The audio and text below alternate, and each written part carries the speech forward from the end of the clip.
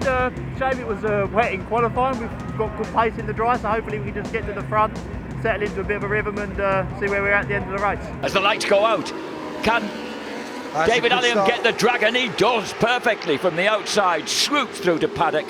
A great start then for the D-Bomb, as he's lovingly known, the 26-year-old, originally born in Derry, now living in Eglinton. That's actually Nick Morgan's son. Nick from MSS. Well my missed. Word. They don't have to do anything too desperate too fast. No. You've got the time. Look, just another move, another tidy move going into Westfield.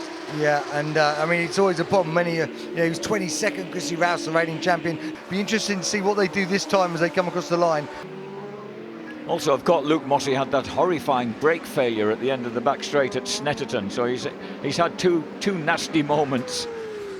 Last few seasons, so it's great to see him really discovering that form. But he started off 7th on the grid, so really, he's given himself a lot of work to do, hasn't he? Obviously didn't make the start. Yeah, that's what it's about. When he couldn't quite do it. Then you see this is Alex Olsen, and this is a battle between Olsen and Farmer. Olsen looks like he's got that at the moment. He's smooth, he's neat, he's not pinning the wheel wrong at this point. Terrific move by him. No, and Tim Neve's gone down. Tim Neve, I think that may have been. Is it Neve? It is, yeah. Yes. Was he did he jump or was he pushed is the question. So there was such a battle going on between... And as the checkered flag goes out, it's Mackenzie. Farmer gets the better of Olsen. Farmer took Olsen somewhere on the final lap, and as they whistle across the line, it's Hedger, Tom Neve, Chrissy Rouse, Tom Ward, Jordan Weaving. Yep. So I guess the only people who'll know are the guys who were on board. Pirelli Superstock, National Superstock Championship, a breathtaking 40-man race with Luke Mossey taking the cigar comfortably after taking a very early lead. Fraser Rogers in the in-competition Aprilia, 2nd place to follow that win at Knockhill. Taylor Mackenzie back on it with the Batham's BMW, finishes 3rd. Keith Farmer by a smidgen gets the Morello IMR by CPD bike into 4th place by a whisker from Alex Olsen.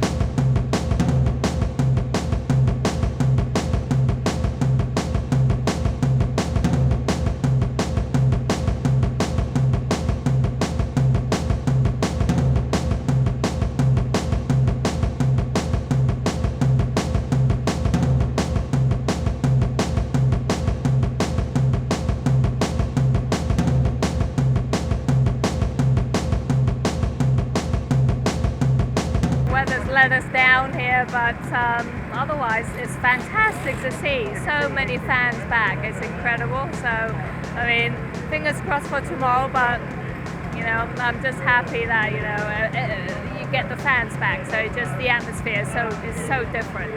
So well, to be honest, this is going to be the first race of the season for me, so I will try to enjoy. I will try to go ahead in order to get some miles on the bike and try to enjoy this first race and get some experience on the bike and try to make a good setup for the races tomorrow. Thank you. A tiny Taz rocket out. Oh yes, he can rocket out of the blocks, and so too did someone. Got a flying start from the 2nd row. I think it was Bradley Ray. Brad Ray on the Rich Energy bike, definitely. The Rich Energy OMG BMW launched himself very sweetly through. Tannen's been able to put fast laps in right from the go. First lap out, he's bang back to time straight away. And the safety car's come out. The safety car is out. Get a little bit put off by someone underneath them, squeezing them out and stuff like this, and he just goes straight back underneath. What all that is about is confidence, and that's the impressive thing. Not the fact that he can ride like that, but he can ride a superbike like that. What I tell you, lets the brakes off, turns it in, and he's on the throttle. Hang on. And Hickman's Peter down. Hickman. Peter Hickman, who had a problem early in the first running of this race, manhandled his way past both Danny Kent and Glenn Irwin on the final lap to take that 9th place, with Andrew Irwin on the 2nd Cinetic BMW 12th, and Xavi Forrest, Dan Linfoot and Ryan Vickers also scoring points. Unlucky and just outside the points, Kyle Ride, Dean Harrison, Joe Francis, Bjorn Estman and Luke Hopkins. Not what we wanted, really.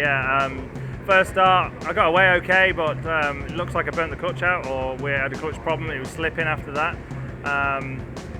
Obviously the race ended up getting red flagged. My race was already finished, but I was still circulating at the time, which was lucky for us. But obviously the first thing is I really hope that Brad Jones is okay. You know, he's had a real bad accident there, and fingers crossed that he's okay and he comes back fit and strong. But for us, it gave us a bit of breathing space because I was already really out of the race. So we got back in. The team did an awesome job to get a new clutch back into it. And then the second start was probably a little bit too gentle with the clutch, just to make sure I didn't actually burn it out again. So I was kind of in that mid-pack battle, which is always a tough place to be in, and got beaten up a little bit. And then I didn't really feel like I did anything wrong, but I managed to high side coming out of Surtees, and yeah, not in the ideal position really, to be quite honest, and bashed myself about a bit. But the bike wasn't too bad.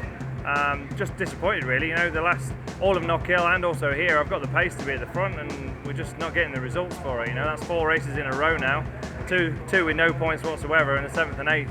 The team and myself are much better than 7th and 8th in DNF. So really want to turn it around for this race. Unfortunately, we had a bit of issue. Pete's bike, his clutch went, and then unfortunately we had the red flag. And I do hope Brad Jones is okay and, you know, have a speedy recovery.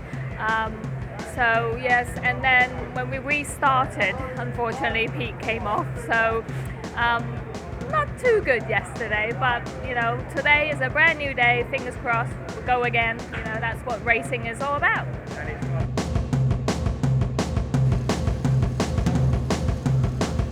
And I think Joe Francis is going to be starting from pit lane. So bad luck from the young man from Chester as the revs rise, the lights go on, the lights will go off, and we're off. And Danny Buchan gets a beauty.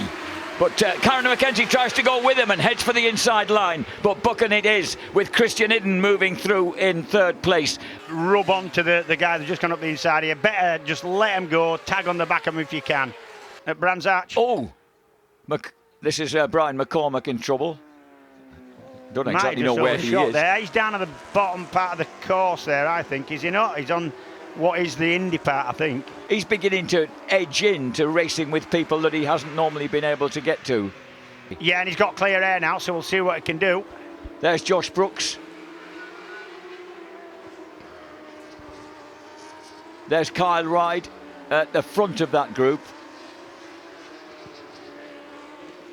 Xavi Forres, Brad Ray, Josh Brooks. There's the number 12 of Xavi Forres.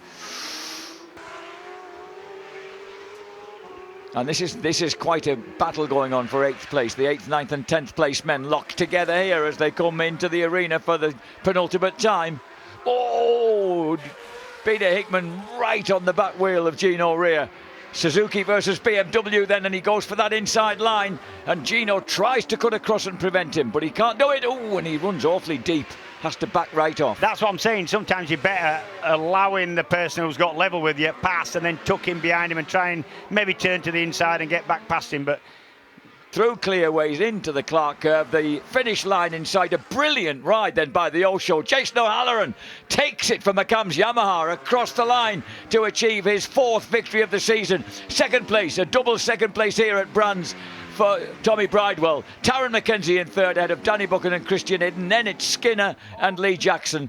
And Glenn Irwin for the surviving Honda holds that 8th place ahead of Peter Hickman, who gets the better of Gino Rea on the last lap.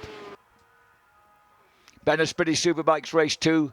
Jason O'Halloran wins it from Tommy Bridewell and Taron McKenzie. We'll hear from them shortly. Danny Buchan in 4th ahead of Christian Idden and Rory Skinner. The 2 FS3 Racing Kawasaki's 6th and 7th ahead of Glenn Irwin, Peter Hickman and Gino Rea's build-based Suzuki. Behind Rea, we've got Xavi Forres on the FHO Racing BMW, Bradley Ray and Kyle Ryde on the Rich Energy OMG Racing BMs. Well, we'll see. Well, I mean, the weather's been just on and off and on off. It's really like thrown everybody off, so we just have to see how it goes. But I'm hoping that it will hold off, and you know, hopefully the circuit will dry up, and you know, everyone just fingers crossed. Dry. I'm wishing it just rained a bit more, but anyway, I'm going to go full slicks. It's a bit of a gamble, but we'll see. I think it's going to dry out. If it don't rain again, which I don't think it is, it will be dry before the end of the race. So I just need to try and get through the first few laps at least. Then lights off. Who's going to get the crucial start? Jason. Oh, poor one for Tommy Bridewell. Eden's dropping back slightly. He's got a slick on. You've got to let the heat get into it. It'll be on warmers, but it'll have cooled off below its working temperature by now, and it'll build back up. So as they come over the top of the hill and then plunge downhill, you can see that Jason O'Halloran looks thoroughly confident at the front. Big what's blow. that? That's Gino Rea Suzuki, and it's gone bang in a massive way. Any oil coming out, any fluids coming out? It's red flag. Red flag. And I don't think we've got 2/3 in, have we? How many laps have we got? Right, so we're not 2/3. This is going to be a restart with the grid positions you've got now. And I am not sure whether they are going to be able... That's an intermediate rear, look. That's what one of them looks like. Yeah. Oh, well done, that brave Marshall. Yeah, because you really don't want him to use a fire extinguisher, because that does a lot of damage. That's brilliant. That's very brave. You don't want him getting his beard on fire either. That'd go up like a torch. Keep your beard out the way. Remember what happened to Michael Jackson's hair? Mind a bit more product in that hair. That's a big one right down the start and finish. If you're a marshal or race director, you have to assume that the track has been contaminated at that point. Don't assume it hasn't. Assume it hasn't, then take it from there. Gino Rea was running 12th. That was Taron McKenzie. Look at that. Look at that. That's Taron McKenzie visible through the smoke. If you're Taron McKenzie there and the people behind, you would not touch your brakes. You wouldn't do anything. You'd just sit the bike straight up and down, because if you hit oil, you've no chance. Bad luck for Gino Rea. Wow. 7 laps beginning to end. Bin and Bennett's pretty soon by. Good start for Danny Buchan. McKenzie slides up the inside of Irwin. That's off. Is that this? It's Andy Irwin. That's Andy Irwin. This is much more like it from Josh Brooks. He's right in the mix here. Yeah. And they're just glancing back a bit. Look, there's Lee Jackson right behind Peter Hickman. Hickman is through into 8th place. Jackson 9th. Linfoot squeezed back to 10th. There's Glenn Irwin. There's the battle between Peter Hickman and Lee Jackson. Yep. The two Lincolnshire-based chaps. Christian Eden, the bravest man first time out, the bravest man second time out. He takes victory for Vision Track Ducati in a mightily fought sprint ahead of McKenzie, O'Halloran, Buchan, Brooks, Glenn Irwin, Peter Hickman, Lee Jackson, Rory Skinner and Danny Kent. What a ride, what a race. But he had to work hard for that. That was some defensive ride. Defence and aggression together. Christian Eden, Taron McKenzie, Jason O'Halloran and Danny Buchan gave us a scorching race there. So too did Josh Brooks, right on the pace until pushed wide at Stirling's. Glenn Irwin in 6th for Honda. FHO Racing's BMW and Peter Hickman 7th ahead of Lee Jackson and Rory Skinner, the two FS Racing Kawasaki's. Every time we go out, we're learning, we're getting faster. Unfortunately, I got caught up in one of the Honda's crashes yesterday and put me right back to the back, so I had to work my way through again. But it's been positive. Look, the team have been amazing, and we're building up for something for next year as well. So I'm learning tracks as well as learning bikes and learning procedures, learning everything. So at my age, it's not too easy, but I'm really enjoying the experience. He's getting on all right. It's not easy in BSB, you know that, and everyone's up to speed, and this is his first round.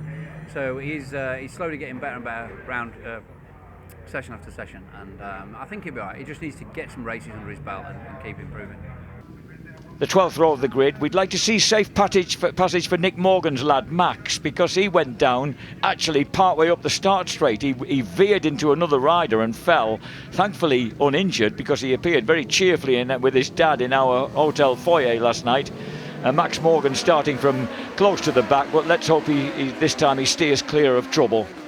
The Skywalker's back, a lad who of course won here 3 years ago in British Superbikes around the small circuit, but look at the strength in depth of this field is just astonishing.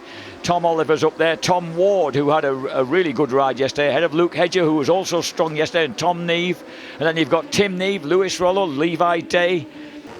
Whoa, listen to those bikes hitting the red limiter. Good start by Luke Mossey. Great start from Alex Olsen as well, and who's not usually that quick off from the second row of the grid. And round the outside, was that Tom Oliver? Someone got a great sweep round the outside. So amidst all the mayhem here, the man who's impressed me is Alex Olsen, because Olsen often isn't very quick in the early stages of a race, but he's made a really bright start and he's kind of bulldozed his way on a bit here. Yeah, and I think Alex will therefore be right in the mix here. Yeah, very much. You can see him there, Alex Olsen, number 75 on the FHO BMW, doing a good job there in fourth behind McConnell, and they've got to be careful because already there's a gap of 1.1 seconds to second, so they've got to try and get going. They can't do too much. 14 lap race, they're about to start lap 4. Now watch your, he's already lost the front. He's lost the front right on the apex, and luckily he doesn't look too bad. The tank comes off, the covers come off. That always makes it look worse, doesn't it? The flying tank and such like. So Alex Rockstar Olsen then from Cooling, Rochester in Kent, the 28-year-old riding for the, remember, suffered fairly extensive injuries 3/4 of the way through last season when riding in British Superbikes, Brands Hatch. So he'd certainly like to be to keep that. Remember 2014 when he was British Super Sport champion. That's going back a while. I'll tell you what, it's another good lap from Olsen here. He's definitely closed the gap again. Let's have a little look when he crosses that line. Yeah, 3/10. Oh, fastest lap of his race, 27.8. Yeah, and go at paddock, but I'm not sure. I'll tell you what, Rogers, no, it looks like he might. He does. He does. So Alex Olsen makes that move. You saw him squaring out. He's gone a bit wide. Rogers is going to square it off. Who's going to be the first of Druids? Up Haywood Hill, and Rogers looks to the inside, but super smooth, and that's Alex Olsen of old, that is, going through that coolly. Really nice overtaking manoeuvre.